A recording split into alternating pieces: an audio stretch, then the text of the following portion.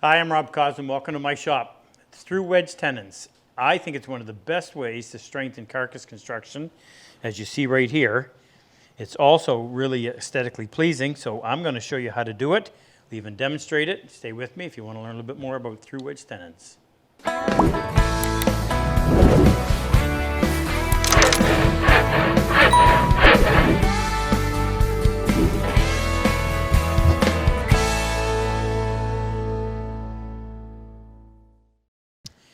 All right, the first thing I want to do is explain to you why I think this is necessary. So typical case construction, your horizontal pieces fit into your vertical piece, whether it's drawer dividers or just the bottom of the cabinet. So we typically use what's called a dado joint, which is a groove that's cut across the grain. Now, it's all just end grain to long grain contact, meaning every place that there's long grain, it's meeting end grain of the opposite piece.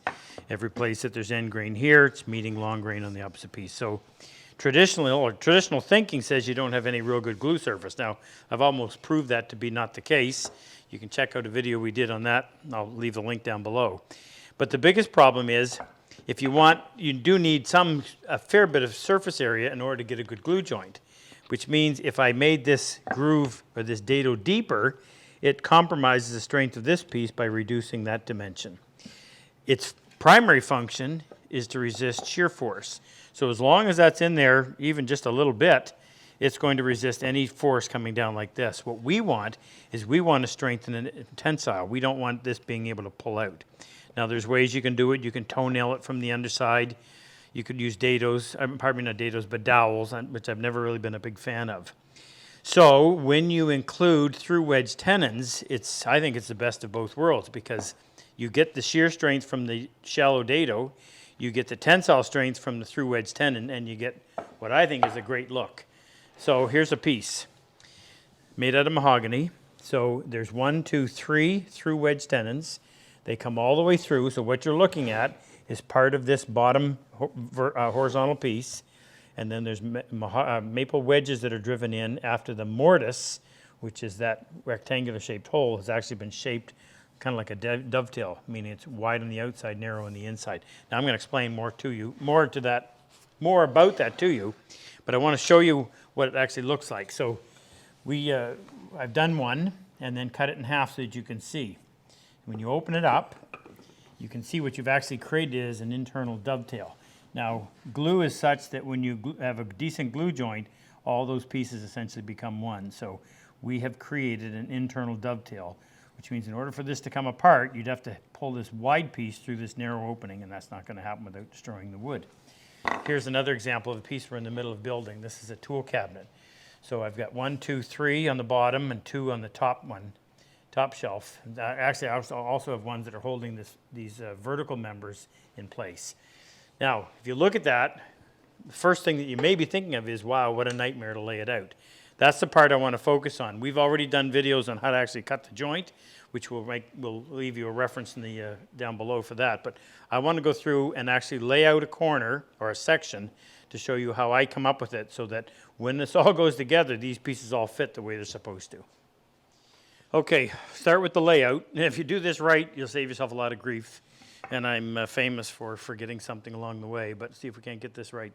So I'm using a panel gauge, square, and a protractor, a sharp pencil.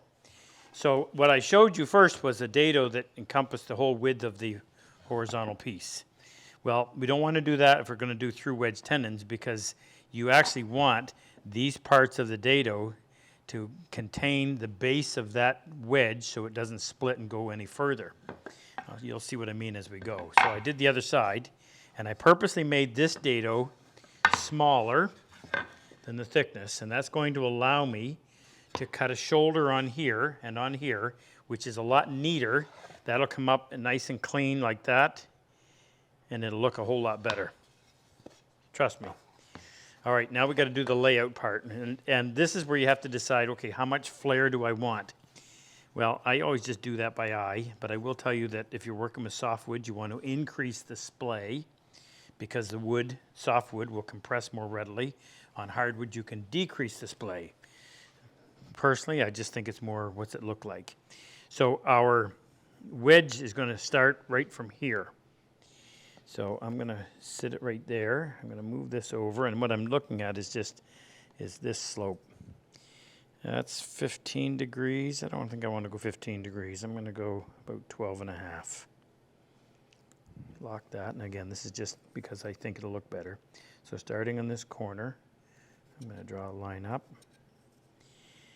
And then I've got to do the same thing on this side. This is where it would have been nice if I'd have worked with a nice, easy to find number. Hopefully that's it.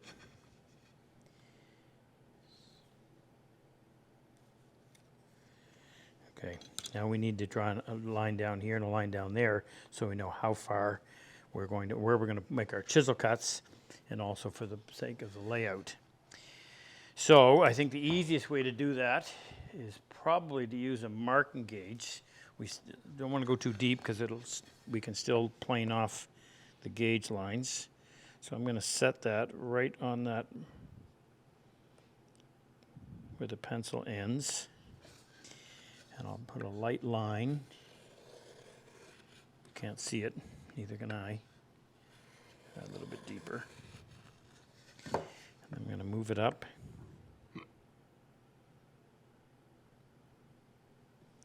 And now it's right at the point of the pencil on the top side. And I'll go through. Again, make a line. Don't make these too deep. You have to be able to plane them off after the fact. Now, you'll also notice that this piece, which is the shelf, and the side of the carcass are the same width. Ultimately, they're not going to be, but for the sake of the accuracy of getting the joint together, you want to start that way.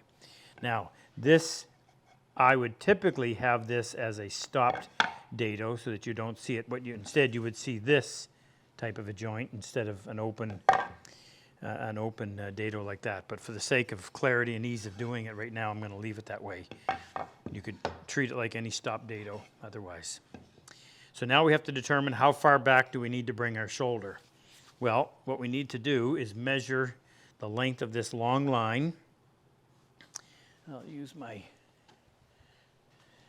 steel rule. So that is 11/16, and then this depth is, well, it's not quite 3/16, so I'm going to add 3/16 to 11/16, which is 14/16 or 7/8, and that's going to allow these to project a little bit more, and you'll see why we want to do that when the time comes. So I'm going to mark this at 7/8, and I'll just put a short line on there just so we know where we are.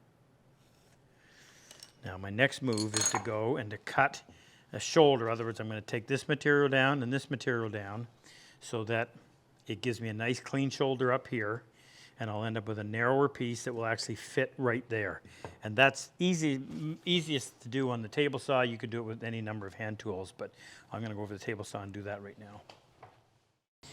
I'm going to set my marking gauge for 7/8 and actually run a heavy gauge line on both sides.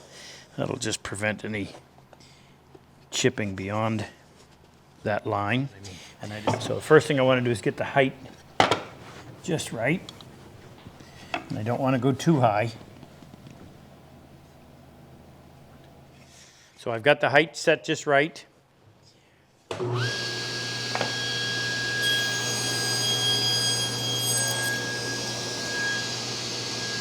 got a little bit of fuzz. Actually, I can take that up just a little bit more. It's less that I have to remove with the marking gauge.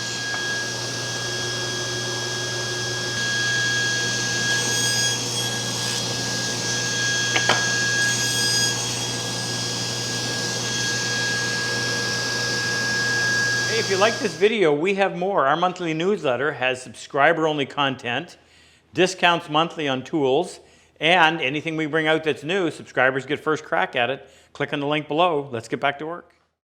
Now I can just use my marking gauge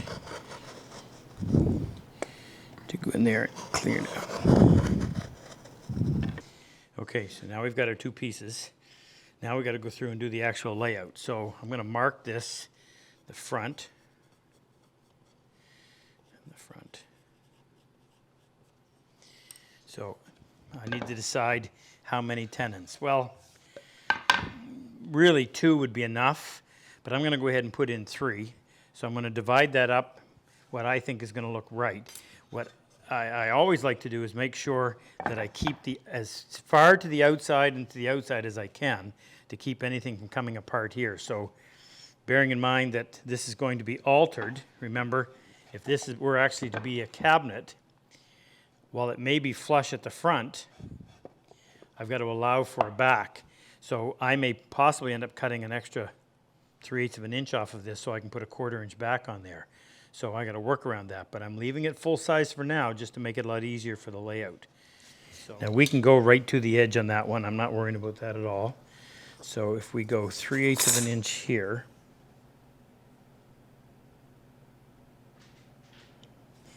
then we can go 3/8 of an inch here. And we're going to go 5/16. So that puts our edge right there. Come over 5/16 on this one. And now we want to just find the middle. And this is 7 inches and a bit, so 3 and a little bit right there. Of course, finding the middle of 5/16 is when all my metric friends start freaking out. Half of 5/16 is going to be 2.5. How's that for scientific? I'm just doing this more or less so we can follow along. We're going to be a lot more precise with it when we actually lay it out.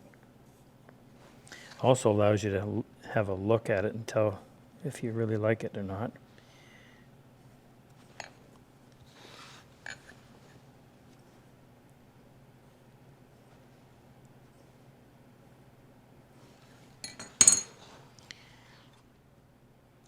And then decide how you want your wedges to look, where they want to go.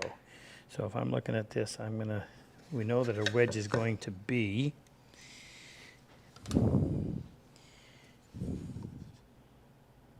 right here, come up. So that's how wide our wedge is going to be. It looks to be about not quite 3/16, just a little bit shy of 3/16. So how much do we want on this side of it? I'm going to just leave, I don't want to get it too crowded. So I'd like to leave a little more than a 16th, but I'm going to start with just a 16th. So if we had a 16th out there, we come over here, 1, 2, 3, not quite 3. And then on this side, we got a 16th and not quite 3. Now, can I reach with that square? Yep.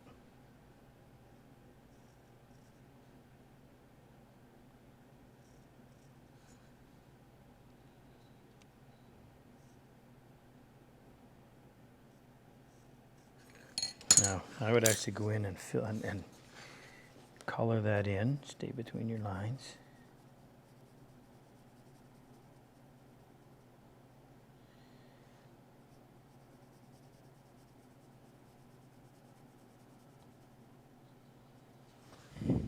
That actually looks good.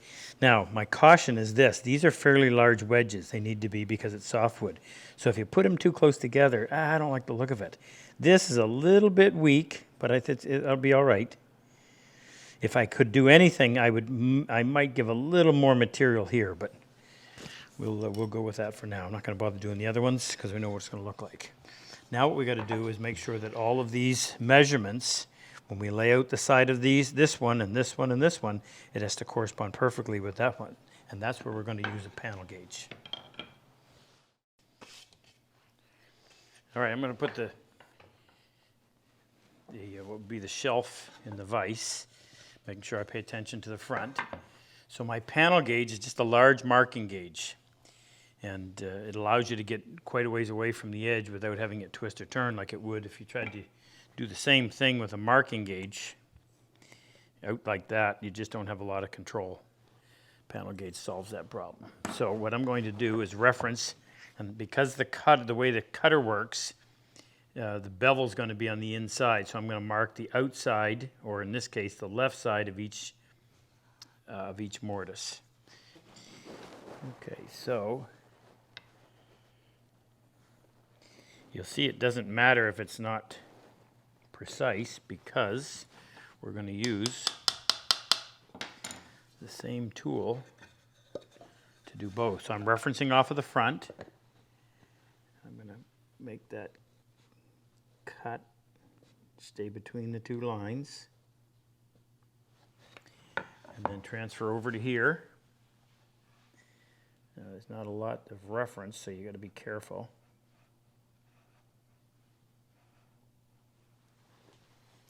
I'm going to put a mark on there right now so I can see it when I get to it. I'm going to put an X on the waist side.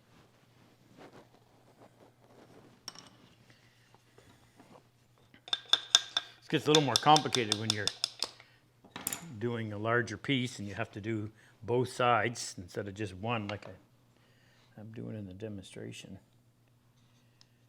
Keep track of all of it. So I marked on the outside edge. Same thing. Don't go beyond these two lines or else you'll end up with a mark that you have a hard time getting rid of. Come over here.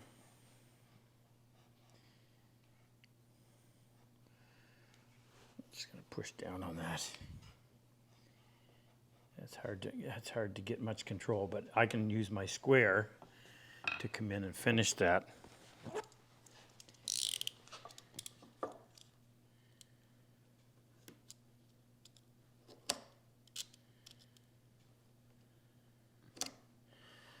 Do this one while I'm at it.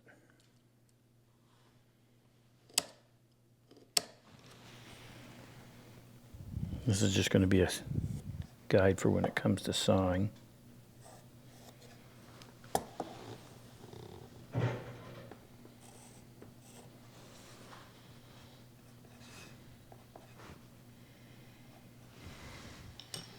Now we can take the mortise chisel that we're going to use, which is the 5/16.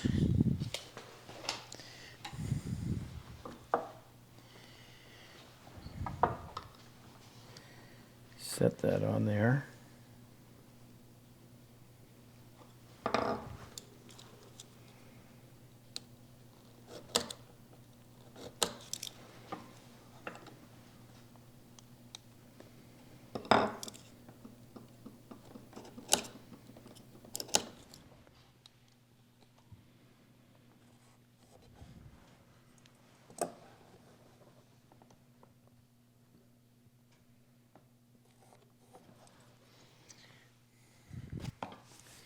All right, I'll leave a link below to the video we did on actually chopping these. So we won't bother filming that, but I'm going to chop these out, and then we'll go back and do a little bit of this, and I'll show you how this all lines up and goes together properly. Okay, there's the 3 mortises chopped. Now you want them to come out right here. That slope wants to end right at that point. And got pretty good on all of them. So now we'll cut the tenons to fit. I'm just chopping the waist out in between. I scribed a line that represented what should be the depth of the dado. Just cleaning it up. I used a fret saw on it. And now we just got to get that last little bit.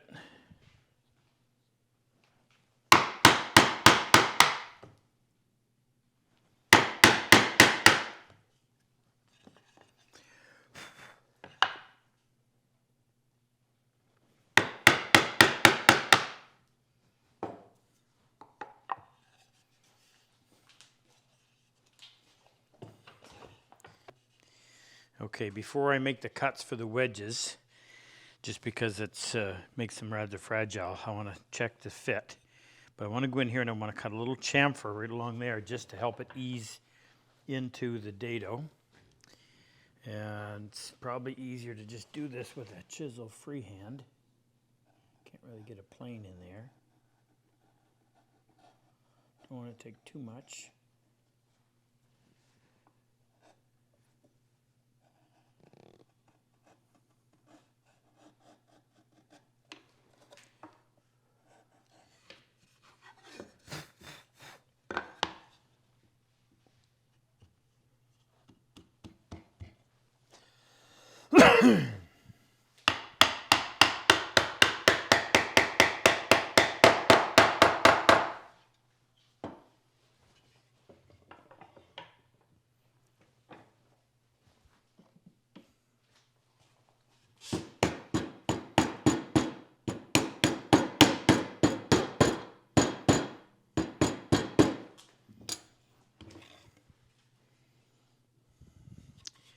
Now we're not seated. You can see the gap on both sides. So, and we're not tight out here.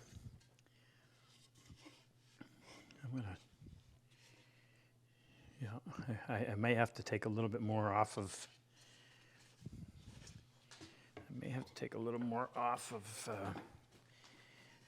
that horizontal piece.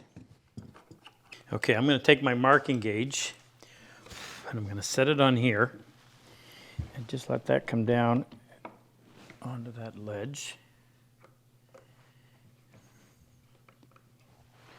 And then we'll come over here. Now I want to treat my front part a little bit differently.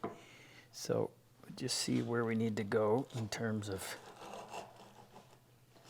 now this is soft wood, so we can actually use this marking gauge like a router plane.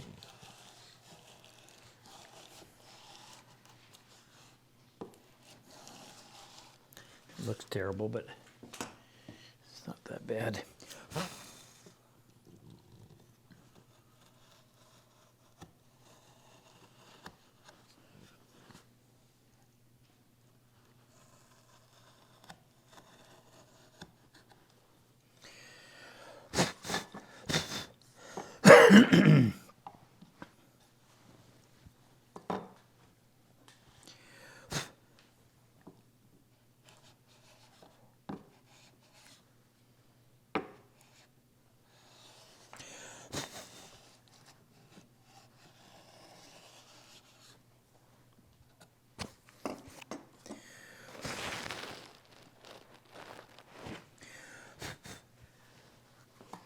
Now for the front piece, I'm going to cut from the outside in just so that we don't end up tearing anything. We get a nice clean fit.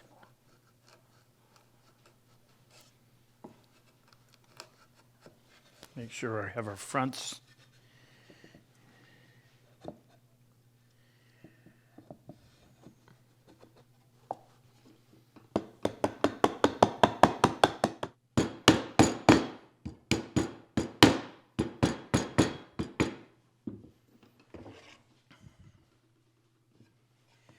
When you put those two wedges in, your saw cuts have to go on an angle.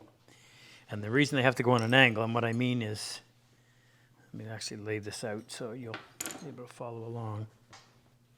I think I'll do it with a long straight edge.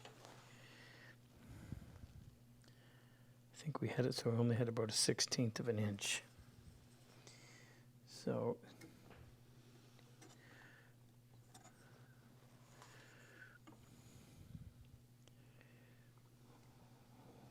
we'll do this in case this is the way you decide you want to do it.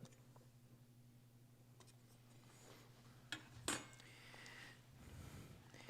we've got to cut these on an angle. And the reason we have to cut them on an angle is if we don't, if you're in here too deep and you just made your cut straight down and left all that material when you tried to drive your wedge in there, that's going to make a split continue.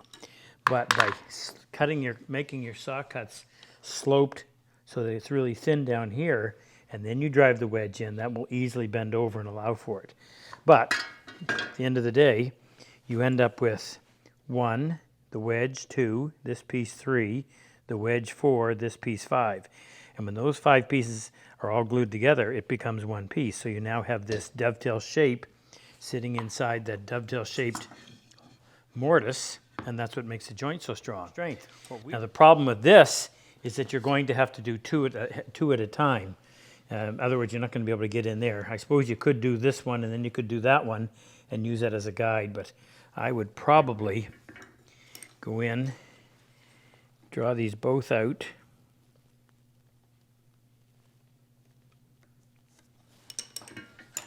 Get this one started first. I'm going to stay on this side of the line. Get this one started.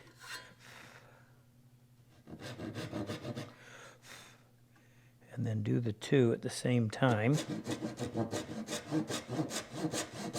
sloping toward the bottom.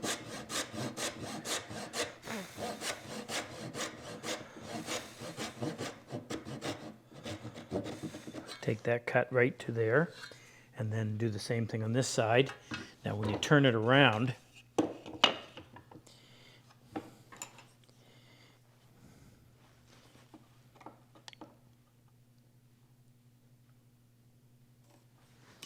you have enough room to saw this one without bumping into this one back here.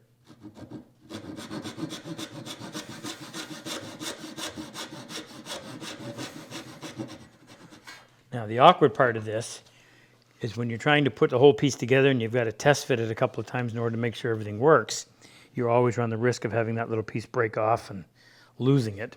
Check out the video below on completing the through wedge tenon, but that's the layout portion on how you get it so that when everything goes together. At this point, I could now come in and I could cut my piece off of here that would allow for me to apply a back. I no longer need the full width, but I did need it when it was time to actually do the layout. Complicated, but a fantastic way to hold a carcass together. Those 3 tenons along, 3 wedge tenons on there, and on the other side, that's not going to come apart without destroying the wood. Hope this helps. See you. If you enjoy my method of work and like my style of teaching, click on any one of these videos to help take your woodworking to the next level. I've always said better tools make the job so much easier. If you click on the plane and chisel icon below, it'll take you to our site and introduce you to all the tools that we actually manufacture right here in our shop. It'll also give you information on our in-person and online workshops.